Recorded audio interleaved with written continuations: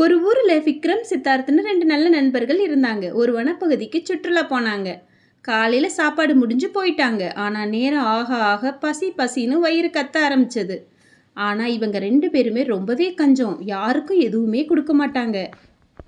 விக்ரம் சின்னதாக பசியோடு சொல்கிறான், சித்தார்த் எனக்கு ரொம்ப பசிக்குதுடா, ஏதாவது சாப்பாடு கிடைச்சா ரொம்ப நல்லா இருக்கும். சித்தார்த்து சொல்கிறான், விக்ரம் எனக்கும் ரொம்ப பசிக்குதுடா, குடமிளகாய் ஏதாவது கிடைச்சா கூட விழுங்கிருவேன். அதே நேரத்தில் பக்கத்தில் ஒரு பெரிய பழமரம், அதுவும் மஞ்சளாய் பழங்கள். விக்ரம் சொல்கிறான், அந்த பழத்தை பறித்து சாப்பிடலாமான்னு. சித்தார்த்து சொல்கிறான், ஆனால் ஒரு டீல், யார் பறிக்கிறாங்களோ அவங்க தான் சாப்பிடணும், மற்றவங்களுக்கு கொடுக்கக்கூடாது, சரியா? அவனும் ஒத்துக்கிட்டான். தனித்தனியாக பழம் பறித்து சாப்பிட ஆரம்பித்தாங்க. ஆனால் ஐயோ, இந்த பழம் ரொம்ப கசப்பாக இருக்கே. சாப்பிட முடியாமல் அவங்க இருவரும் மரத்தடியில் அமர்ந்தாங்க. அதே நேரம் மரமே பேச ஆரம்பித்தது.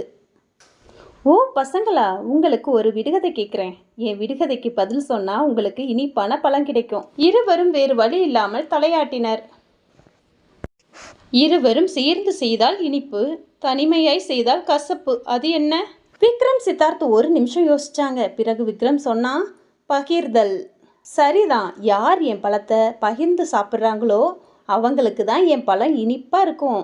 அவங்க உடனே ஒரு பழத்தை சேர்ந்து பறிச்சாங்க. சின்ன சின்ன துண்டுகளாக வெட்டிக்கிட்டு பகிர்ந்து சாப்பிட்டாங்க. இந்த முறை பழம் ரொம்ப ரொம்ப இனிப்பாக இருந்தது.